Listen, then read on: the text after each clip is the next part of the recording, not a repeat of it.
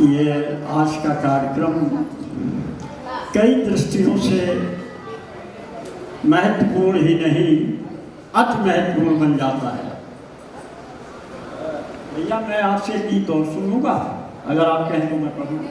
हाँ, आप सब वरिष्ठ गीतकार हैं, ये मंच आज का बहुत समृद्ध है। उस समृद्धता में बात ये भी आती है कि जब कहीं कोई कवि पढ़ता है, पीछे बैठे हुए लोग बात नहीं करते हैं, सामने बैठे हुए लोग बात नहीं करते हैं। ये भी एक मंच की मर्यादा होती है और इसलिए और ये मर्यादा बढ़ जाती है जब कहीं शिवम अंबर जैसा हस्ताक्षर मंच की अध्यक्षता करता है, तो ये चीज़ें ध्यान रखनी पड़ती हैं। क्योंकि जहाँ तक अंबर जी का प्रश्न है, हमारा यशपाल सिंह जी जानते हैं, हमारा उनका बहुत सानिध्य रहा है।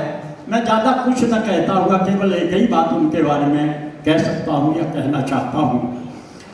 मैं कह ये रहा था कि आज का ये कार्यक्रम कई दृष्टियों से अति विशिष्ट है, अति महत्वपूर्ण है। एक विशिष्टता ये भी है कि आज के कार्यक्रम की अध्यक्षता शिवम अंबर कर रहे हैं। शिवम अंबर कर रहे हैं, ठीक है, नाम है, सारे देश में दुनिया में लिया जाता है। लेकिन एक बात जो मैं जोड़ना चाहता हूँ वो ये है कि छायावाद में महादेवी के बाद साहित्य की गरिमा को, साहित्य की उत्कृष्टता को, साहित्य की उच्चता को छायावादोत्तर युग में भी अक्षुण्ण बनाए रखने का काम डॉक्टर शिवम अंबर कर रहे हैं। ये एक कम बड़ी बात नहीं, कम विशिष्ट बात नहीं है। तो इसलिए भी ये मंच गरिमापूर्ण हो जाता है। ये मंच इसलिए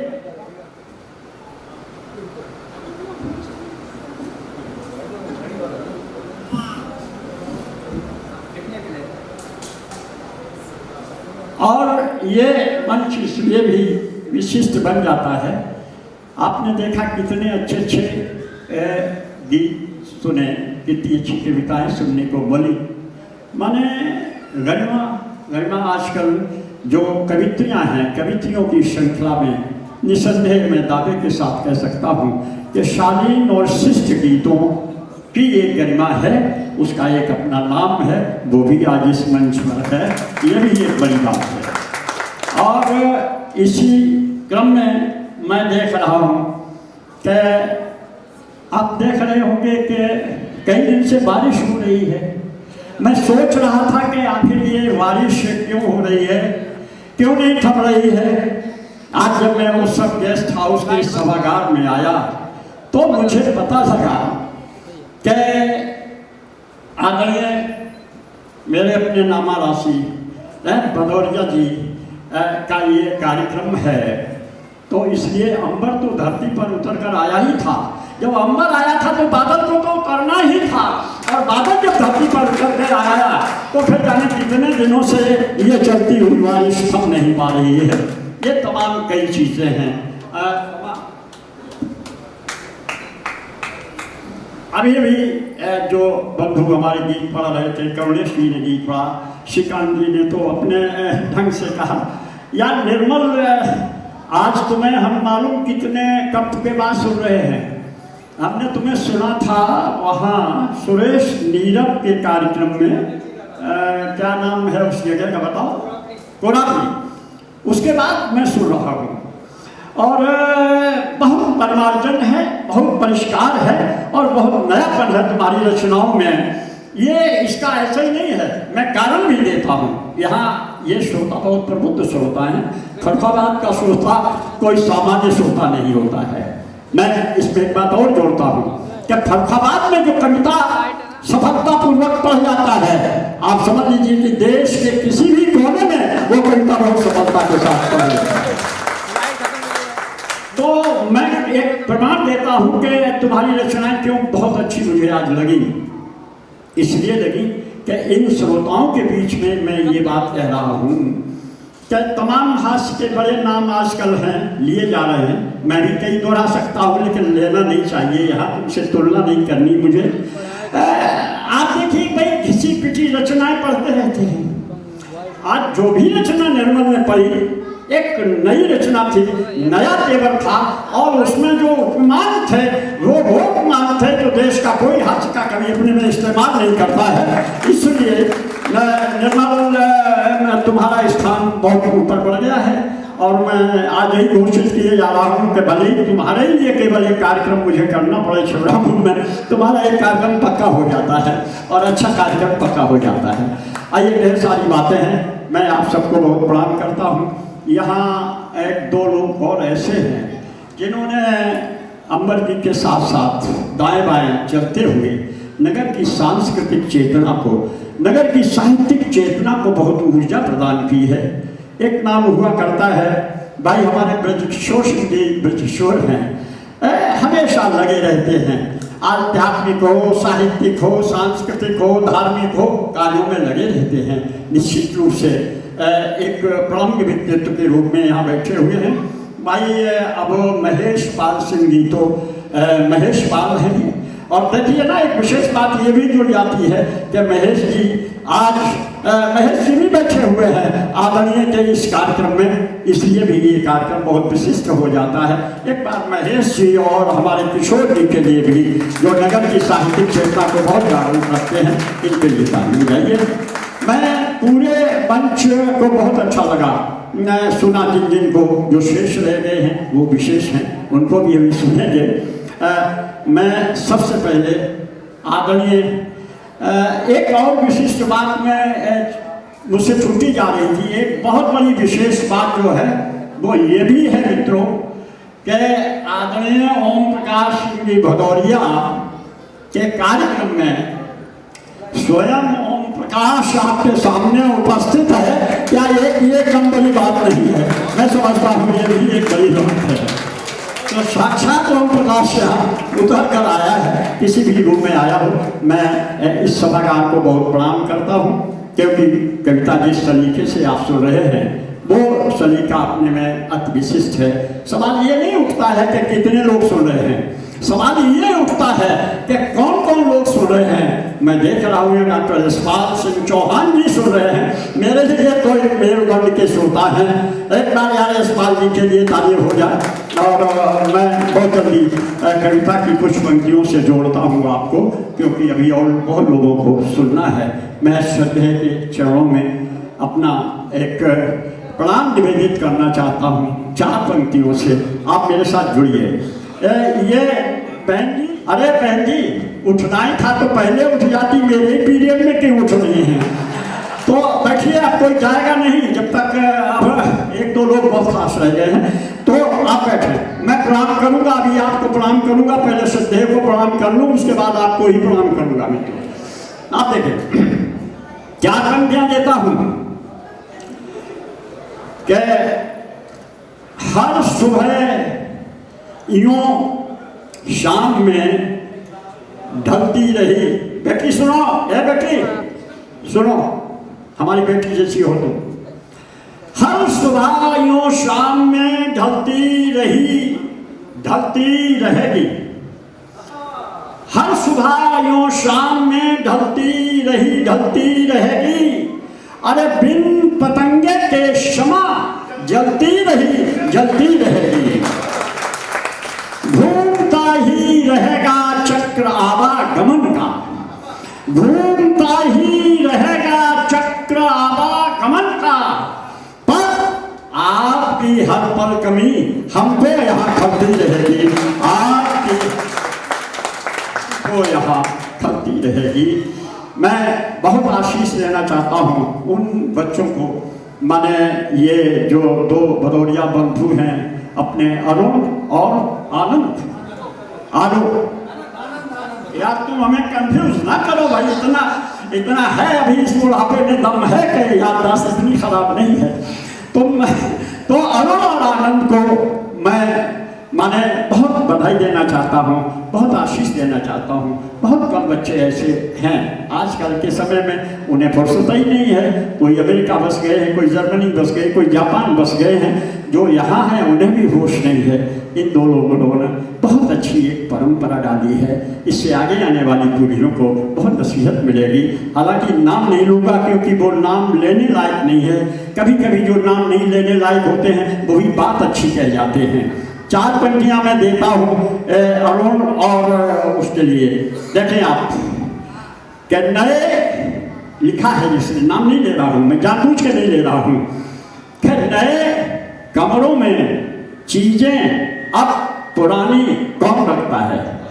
नए कमरों में चीजें अब पुरानी कौन रखता है? अरे परिंदों के लिए कुंडों में अब पानी कौन रखता है? हम ही हैं, माने ये अरुण और आलोक आनंद ही है, हम ही हैं जो संभाले रहे गिरती हुई दीवार को, वरना सलीके से बुजुर्गों की निशानी कौन रखता है? सलीके से बुजुर्गों की निशानी कौन रखता है?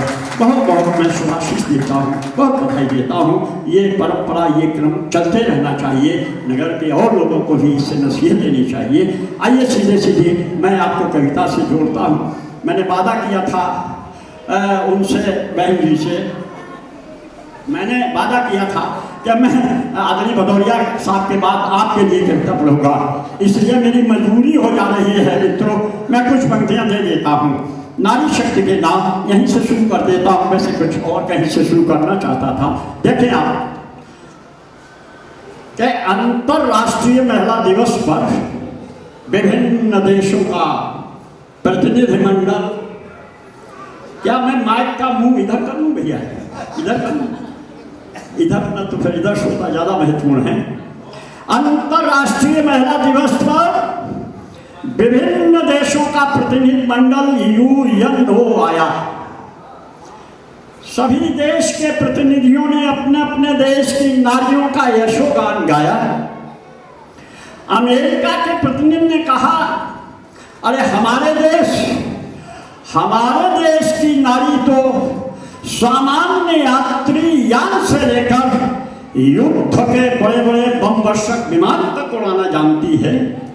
रूस के प्रतिनिधि ने कहा, अरे उन विमानों को उड़ाने की बात जाने दीजिए, हमारे देश की नारी तो उन विमानों का निर्माण तक करना भली भांति जानती है। तभी चीन का प्रतिनिधि चिचियाते हुए बोला, हमारे देश की नारी तो एक साथ बड़े बड़े राष्ट्रीय ओलंपिकों में कई स्वर्ण पदक एक साथ लाना जानती है। मित्रों, एक पंक्ति की कविता सुनना। सर्वांत में भारत का प्रतिनिधि बोला, सर्वांत में भारत का प्रतिनिधि बोला, माना तुम्हारे देश की नारी युद्ध के बड़े बड़े बम वर्षक विमान उड़ाना जानती है, इनके देश की नारी उन विमानों का निर्माण करना भली भांति जानती है, उनके देश की नारी एक साथ कई स्वर्ण पदक लाना जानती है। अरे पर सुनो हमारे देश भारत, अरे हमारे देश भारत की नारी तो यमराज के पंजों से भी अपने पति को छुड़ाकर वापस लाना जानती है।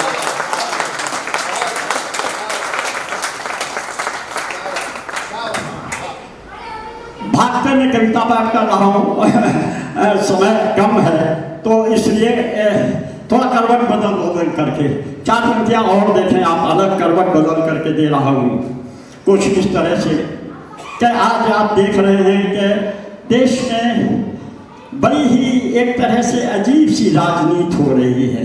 मोदी ऐसा है, योगी वैसा है, ये वैसा, और उनका अपना कार्यकाल भूल जाते हैं, है ना। और वो अफजल हम शर्मिंदा हैं और तेरे कातिल, आप देखिए कहाँ तक इस बात से ये लोग पहुँच गए हैं। बड़ा कष्ट होता है। ज़्यादा कुछ न कहते हुए मैंने 4 पंक्तियाँ कही हैं ऐसे नेताओं के नाम, अगर आप तक पहुँच जाए, आपको लगे कि हाँ सही बात कही है, तो आपका आशीर्वाद मेरे पास आना चाहिए। आप देखें कि राग द्वेष हो मन में, राग द्वेष हो मन में तो सच्चा संन्यास नहीं होता। राग द्वेष हो मन में तो सच्चा संन्यास नहीं होता। अरे एक पैर पर खड़े बकों का, बगलों, एक पैर पर खड़े बकों का किंचित विश्वास नहीं होता। राजद्वेष हो मन में तो सच्चा संन्यास नहीं होता। एक पैर पर खड़े बकों का किंचित विश्वास नहीं होता। अरे जी भरकर रौंदो भूगोल किंतु यह ध्यान रहे, जी भरकर रौंदो भूगोल किंतु यह ध्यान रहे, भूगोल रौंदने वालों का स्वर्णिम इतिहास नहीं होता। भूगोल रौंदने वालों का स्वर्णिम इतिहास नहीं होता। मित्रों, इसी क्रम में जुड़ते हुए 4 पंक्तियां और देना चाहता हूँ। यहाँ कहीं कोई चौहान बैठा हुआ था अभी, या वहाँ से लेकर यहाँ तक बीच में भेंट हुई थी, मैं नहीं कह पा रहा हूँ कहाँ है चौहान साहब। खैर जहाँ भी हैं, मेरी आवाज़ पहुँच रही होगी। मैं कुछ पंक्तियां देना चाहता हूँ। आप देखिए, यूँ ही सीधे सीधे बात कही है। यूँ तो माना परार्थ स्वार्थ से कई जगह हारा है। यूँ तो माना परार्थ स्वार्थ से कई जगह हारा है। अरे शेखर को अंग्रेजों ने नहीं, शेखर के मित्रों ने मारा है। अरे यूँ तो परार्थ स्वार्थ से कई जगह हारा है। शेखर को अंग्रेजों ने नहीं, अंग्रेजों ने नहीं, अरे शेखर के मित्रों ने मारा है। पर इसका अर्थ ये कदाच नहीं कि परार्थ का कोई अस्तित्व ही नहीं। अरे परार्थ के बिना विराट कोई व्यक्तित्व ही नहीं। परार्थ जब उदात्तता के उत्तुंग शिखर से करता है सिंहनाद, परार्थ जब उदात्तता के उत्तुंग शिखर से करता है सिंहनाद, तो मान सिंह जैसा मनसबदार भी अरे जीते जी मर जाता है। और घास की रोटियां खाकर भी महाराणा प्रताप सा नायक समूचे इतिहास में आदर पाता है। महाराणा प्रताप सा नायक समूचे इतिहास में आदर पाता है। इसलिए क्षुद्र स्वार्थों की राजनीति करने वाले नेता सुने, सुन करके गुने। अरे परार्थ स्वार्थ पर हमेशा ही भारी है, परार्थ स्वार्थ पर हमेशा ही भारी है। इसीलिए यह देश तुम्हारे जैसे भ्रष्ट नेताओं का नहीं, शहीदों का आज तक का भारी है। शहीदों का आज तक का भारी है, शहीदों का आज तक का भारी है। 4 पंक्तियां देते हुए मैं बहुत कम समय में अभी बात समाप्त किए दे रहा हूँ। हालांकि मुझसे ज़्यादा समय भी लोगों ने लिया है, लेकिन मैं ज़्यादा समय नहीं दूंगा। मैं बहुत कम समय में अपनी बात समाप्त कर दूंगा। ये निर्मल आश्वस्त है इस बात से, ये जानता है कि दादा बहुत जल्दी से देखें आप। इसी अपक्रम बन गया इसलिए कि गाथा बलिदान की जो पढ़ने चला तो देखा, अब्दुल हमीद की कुर्बानियों का देश है। और शीश को झुका कर के देखा जो समाधियों पे याद आया, झांसी वाली रानियों का देश है। गाथा बलिदान की जो पढ़ने चला तो देखा, अब्दुल हमीद की कुर्बानियों का देश है। और शीश को झुका कर के देखा जो समाधियों पे याद आया, झांसी वाली रानियों का देश है। तो कविता की वीथियों में एक शाम देखा मैंने कबीरा की बानियों का देश है। और घास की रोटियां चबाते हुए देखे शिशु, याद आया राणा जैसे मानियों का देश है। याद आया राणा जैसे मानियों का देश है। माटी कुरुक्षेत्र की बता रही है जग को कि कृष्ण जैसे कर्मशील ज्ञानियों का देश है।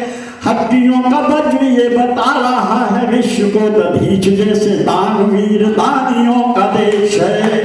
तो फांसियों पे झूलते हुए वे प्राण कह रहे हैं, अरे भारत महान बलिदानियों का देश है। और पृष्ठ इतिहास के बता रहे हैं सृष्टि को पृथ्वी पे स्वर्ग की कहानियों का देश है। पृष्ठ इतिहास के बता रहे हैं सृष्टि को पृथ्वी पे स्वर्ग की कहानियों का देश है।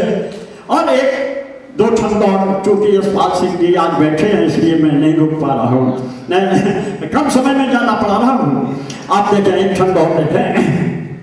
एक बात कही है, एक वहाँ विदेश मंत्री था पड़ोसी देश में, और उसने कहा अगर इंडिया ने ये किया वो किया तो हमारे पास पाव भर के बम है, आधा किलो के बम है, हम छोड़ देंगे। यार मैं सोचता रहा कि ये भाई अब ये बेटा कहाँ है, कोई है? ये सीटी कहाँ से बज रही है? सही हो गया। नहीं, इसमें बादल आपका हाथ जरूर है। ये बादल का हाथ है। और इसकी एक टेक्निक है, संचालक के पास तमाम टेक्निक्स होती हैं। जब किसी को हटाना चाहता है, वो नहीं हटता है, तो वो ऐसी सीटीबाजी शुरू कर देता है जो लोग नहीं जान पाते हैं। खैर, सीटी बंद हो गई। भैया बादल, ये तुम्हारी दम पर कार्यक्रम चल रहा है। संचालन के कई घटक, वो कार्यक्रम के कई घटक होते हैं, संचालन प्रमुख घटक होता है। बादल जी के लिए एक बार जोरदार तालियां बजाइए, बहुत अच्छा कार्यक्रम चल रहा है। आइए, मैं कह रहा था कुछ, अब मैं यही भूल गया कि मैं क्या कह रहा था। खैर, मैं कुछ कह रहा था, मैं शायद इन्हों कह रहा था। हाँ, तो कहा कि वो हम पाव भर के बम हैं, आधा किलो के हम बम छोड़ देंगे। सोचते रहे यार, ये क्या कह रहे हैं, पाव भर के आधा किलो के बम छोड़ रहे। आप समझ गए होंगे कौन नंसी कह रहा था, क्या कह रहा था। आप देखिए, हमने जवाब दिया कि अब की जो युद्ध हुआ, सुन ले विश्वासघाती। अब की जो युद्ध हुआ, सुन ले विश्वासघाती। चूक नहीं होगी यार, पार कर छोड़ेंगे। अब की जो युद्ध हुआ, सुन ले विश्वासघाती। चूक नहीं होगी यार, पार कर छोड़ेंगे। और टूटा हुआ हिस्सा इस देश का है पाकिस्तान, उसको दोबारा इस देश से ही जोड़ेंगे। तो तेरे बारे बोले पान गीदड़ भभकियों का, अरे दम सारा युद्ध के मैदान में ही तोड़ेंगे। बातें नहीं करेंगे। तेरे बारे बोले पान गीदड़ भभकियों का, अरे दम सारा युद्ध के मैदान में ही तोड़ेंगे। और एक बम धोखे में भी छोड़ दिया भारत पे, अरे 20 बम तेरे हम खोपड़े पे फोड़ेंगे।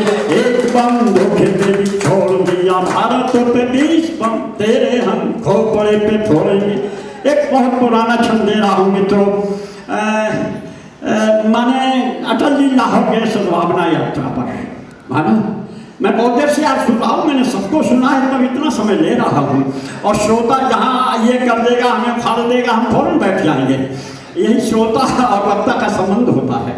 तो मैं ये कह रहा था, बहुत पहले लाहौर गए अटल जी सद्भावना यात्रा पर। निर्मल, तुम्हें ये छंद सौंपता हूँ, तुम्हारे गोत्र का ये छंद पढ़ रहा हूँ। तमाम तरह के प्रयोग अभी लोगों ने यहाँ दिए। एक छंद देख लो आप, निर्मल के गोत्र का दे रहा हूँ भैया यशपाल जी, देखो। अटल जी ये लाहौर गए सद्भावना यात्रा पर। वहाँ एक 37 वर्ष की विवाहित जर्नलिस्ट थी अतिया। अटल जी से एक अटपटा सवाल कर दिया, अटल जी आप अगर हमें कश्मीर दे दें तो हम आपके साथ शादी तक करने के लिए तैयार हैं। अब बताइए, शादी और अटल जी ना हाँ कह सके बेचारे, ना कह सके। जिन बातों का जवाब नहीं देना होता था, अटल जी को मुस्कुरा देते थे, मुस्कुरा के रह गए। हम बरनाहल के कार्यक्रम से लौट रहे थे, हमारे साथ हमारे एक आदरणीय अग्रज थे विश्वनाथ द्विवेदी, बोले इस पर कुछ लिखिए। तो हमने क्या लिखें, अभी क्या लिखें, अगले मंच पर जब होंगे तो अतिया को जवाब देंगे। आप देख लीजिए, अतिया का जवाब अगर पूरे देश का जवाब हो तो आप आशीर्वाद हमें दीजिएगा। देखिए आप जवाब दिया उसने कि दिल आ ही गया जो है किसी बाल ब्रह्मचारी पे, दिल आ ही गया जो है किसी बाल ब्रह्मचारी पे, तो छोड़कर पाक हिंदुस्तान चली आइए। दिल आ ही गया जो है किसी बाल ब्रह्मचारी पे, तो छोड़कर पाक हिंदुस्तान चली आइए। और कीजिए न देर आप अतिया जी आकर के अटल बिहारी जी का घर तो बसाइए। और वो बात कही कि प्रधानमंत्री या राष्ट्रपति नहीं देश का कह सकता था। देखना अगली पंक्ति में कि दिल आ ही गया जो है किसी बाल ब्रह्मचारी का, तो छोड़कर पाक हिंदुस्तान चली आइए। और कीजिए न देर आप अतिया जी आकर के अटल बिहारी जी का घर तो बसाइए। और लीजिए वो कश्मीर, किसी ने कश्मीर देने की हिम्मत की हो बताओ। मैं भदौरिया साहब का नामा राशि कश्मीर दे रहा हूं, मैंने देने की घोषणा कर दी कि लीजिए वो कश्मीर, मांगा जो सौगात में, और भी जो दिल में हो खुल के बताइए। किंतु एक शर्त है हमारी सुन लीजिए, अरे दहेज में हमें भी पूरा पाकिस्तान चाहिए। किंतु एक शर्त है हमारी सुन लीजिए, दहेज में हमें भी पूरा अब ज्यादा बात नहीं बढ़ाते हैं। एक मंच की ओर से प्रणाम देना चाहता हूँ, शहीदों को देता हूँ कि सरहदों पे शीश को चढ़ा के जो अभी अभी स्वराष्ट्र की है श्रेष्ठता को सिद्ध पर कर गए, कपटी कुचाली षड्यंत्रकारी शत्रुओं के सीने पे जो जाते जाते जय हिंद लिख गए। सरहदों पे शीश को चढ़ा के जो अभी अभी, जहाँ सरहदों पे शीश को चढ़ा के जो अभी अभी स्वराष्ट्र की है श्रेष्ठता को सिद्ध फिर कर गए, और कपटी कुचाली षड्यंत्रकारी शत्रुओं के सीने पे जो जाते जाते जय हिंद लिख गए। तो धन्य धन्य वे सुनाम धन्य, अरे लाल मेरे देश के जो काल की कृपान को भी टुंक टुंक कर गए, और लेखनी का शत शत बार है प्रणाम उन्हें, अरे प्राण भी न्यौछावर जो देश पर कर गए, लेखनी का शत शत बार है प्रणाम। और अभी वो बादल यहाँ एक अभिलाषा जाहिर कर रहा था अपनी, नैनीताल चले कोई हमारे साथ है। अब अगर बुढ़ापा है तो इसके माने ये तो नहीं है कि हमारी कोई अभिलाषा नहीं है। अभिलाषा तो बल्कि बूढ़ों में ज़्यादा होती है, जवानों की बजाय बूढ़ों के वृद्धों की ज़्यादा अभिलाषा होती है। या एक मैं भी अभिलाषा का गीत देना चाहता हूँ आपके बीच, और चूंकि बादल ने वो उतना बढ़िया गीत पढ़ा, बादल मैं तुम्हें बधाई देता हुआ एक गीत की कुछ पंक्तियाँ बहुत जल्दी गीत देता हूँ। देखिए आप अभिलाषा क्या है। ये इसे चाहें यशपाल सिंह जी, इसे आमंत्रण का गीत आप कह सकते हैं, इसे अभिलाषा का गीत कह सकते हैं, इसे आकांक्षा का गीत कह सकते हैं, इसे फिर आगे नहीं कहेंगे क्या क्या कह सकते हैं, वो सब है उसमें। अब ये समझना आपको कि क्या क्या है इसमें। आप देखिए यहाँ सब माताएं बहनें बेटियाँ बैठी हैं, उनके बीच में मैं एक श्रृंगार का गीत पढ़ना चाहता हूँ, और श्रृंगार का माने गौर श्रृंगार का गीत पढ़ता हूँ। मित्रों सवाल ये है, देखिए बहुत वरिष्ठ वरुण देश के गीतकार बैठे हैं, इसलिए मेरा मन हो रहा है कि एक छोटा सा गीत भी मैं उनके बीच में पढ़ूँ, सबकी इजाजत देता हूँ। देखें आप अभिलाषा देखें, आकांक्षा देखें। नायक की क्या आकांक्षा है, क्या अभिलाषा है, वो नायिका से एक प्रस्ताव रखता है, क्या रखता है देखिए कि आओ हम और तुम, आओ हम लहरों की बांसुरी सुने। लहरें कहाँ उठती हैं? सागर में। अरे सागर कहाँ है यार, हृदय सागर है, इससे उठने वाली जो भावनाएं हैं वही तो लहरें हैं।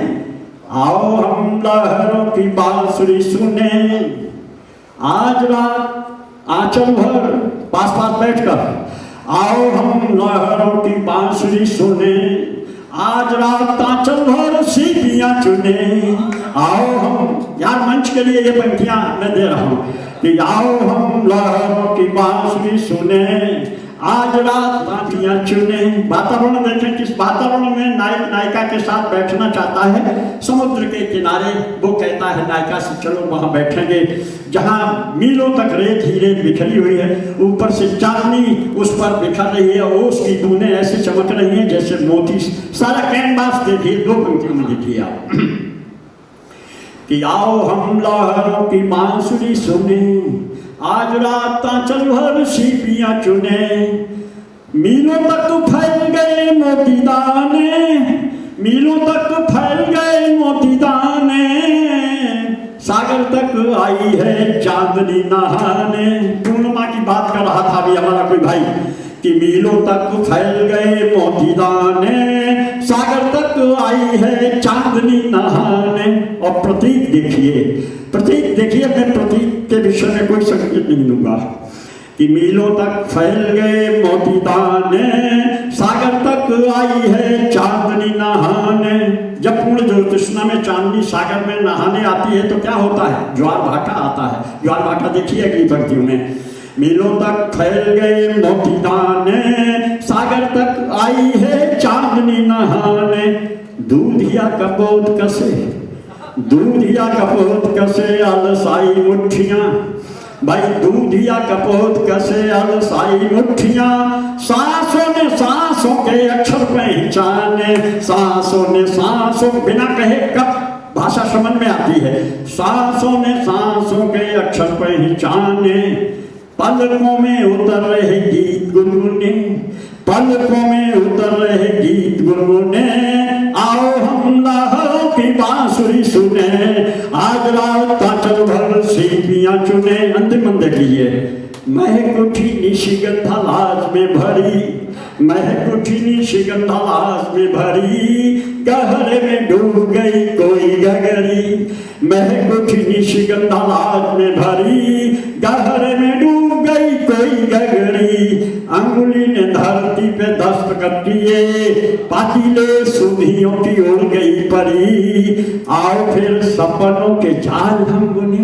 अब यार हम कुछ ऐसा प्रैक्टिकली तो नहीं कर सकते, पंक्ति देखें कि आओ फिर सपनों के जाल हम बुने, जैसे बस यही बात है कि आओ फिर सपनों के जाल हम बुने, चलो चले लहरों की बांसुरी सुने, आज रात आंचल भर सीपियां चुने, आज रात आंचल भर सीपियां। और बस कुछ पंक्तियां लेता हुआ मैं अपना स्थान लेता हूँ। 5 साल नहीं बुलाया था इसने, क्या नाम अरुण ने और उसने, इसलिए मैं बदला ले रहा हूँ तुमसे, मैं बदला ले रहा हूँ, भरपाई कर रहा हूँ, लेकिन फिर भी केवल कुछ पंक्तियाँ इस गीत की दे करके मैं कर रहा हूँ। अब ये अभी बुलाएंगे, हर साल बुलाएंगे, अब नहीं भूलेंगे, लेकिन कहेंगे कि अगर कहीं धोखे में बुला लिया है नहीं हटेंगे ये। खैर देखिए एक गीत देखिए, गणेश बहुत बढ़िया एक पंक्ति आप कहीं कह रहे थे कि वो वही नहीं जलता है, दिया भी तो रात भर जलता है। बहुत बढ़िया है ये गीत, मैं तुम्हें भेंट करना चाहता हूँ। आप देखिए दिए के लिए एक गीत, कुछ पंक्तियां। हाँ, कहते हैं प्रात के ये बुझते दिए, रात भर जलने के बाद, अंधेरा पीने के बाद, सुबह जाते हुए दीपक क्या संदेश छोड़ता है मित्रों। संदेश आप तक अगर पहुंच जाए, आशीर्वाद निश्चित रूप से मुझ तक आना चाहिए। देखिए आप कि कहते हैं प्रात के ये बुझते दिए, अरे जलते हैं रात भर औरों के लिए, कहते हैं प्रात के ये बुझते दिए, जलते हैं रात भर औरों के लिए। जीवन का संघर्ष देते हैं, दिए का संघर्ष देते हैं कि आंधियों में जले हम अंधेरे में जले, आंधियों में जले हम अंधेरे में जले, किसी ने जो चाहा तो सवेरे में जले, कह कहों में डूबी हो या आंसुओं से नम, देह ने न तोड़ा कभी देह का धर्म। पंक्तियां देखें श्वास में। महल के मजार के, लोग बड़ा लंबा भाषण देते, मैंने एक पंक्ति लिखी कि महल के मजार के या मंदिर के दिए, महल के मजार के या मंदिर के दिए, रखते हैं एक भाव सबके लिए, रखते हैं एक भाव सबके लिए, कहते हैं प्राप्त के ये जलते लिए, जलते हैं रात भर औरों के लिए। जीवन का दर्शन देखें। ठहर गई भोर, जीवन का प्रतीक, ठहर गई भोर और शाम हो गई, भीड़ में मिले तो राम राम हो गई, ठहर गई भोर और शाम हो गई, भीड़ में मिले तो राम राम हो गई, कह कहों में डूबी हो या आंसुओं से नम, देह ने न तोड़ा कभी नेह का धर्म। पंक्तियां देखना कि रोशनी के बीज बोए, अरे रोशनी के बीज बोए जग के लिए, ढोते रहे तम का भार अपने लिए, ढोते रहे तम का भार अपने लिए, कहते हैं प्राप्त के ये बुझते लिए, जलते हैं रात भर और।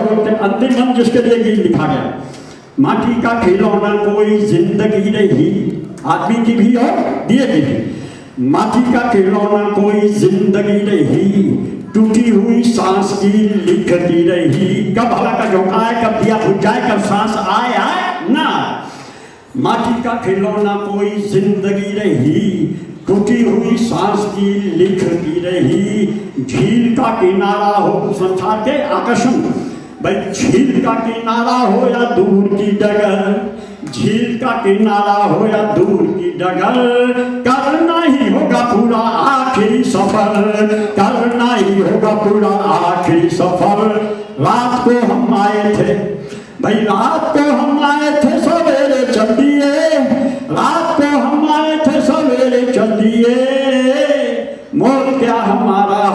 माटी के लिए बोल मोल क्या हमारा हम माटी के लिए कहते हैं रात के ये बुझते लिए जलते हैं रात भर और के लिए बहुत बहुत धन्यवाद बहुत बहुत आभार।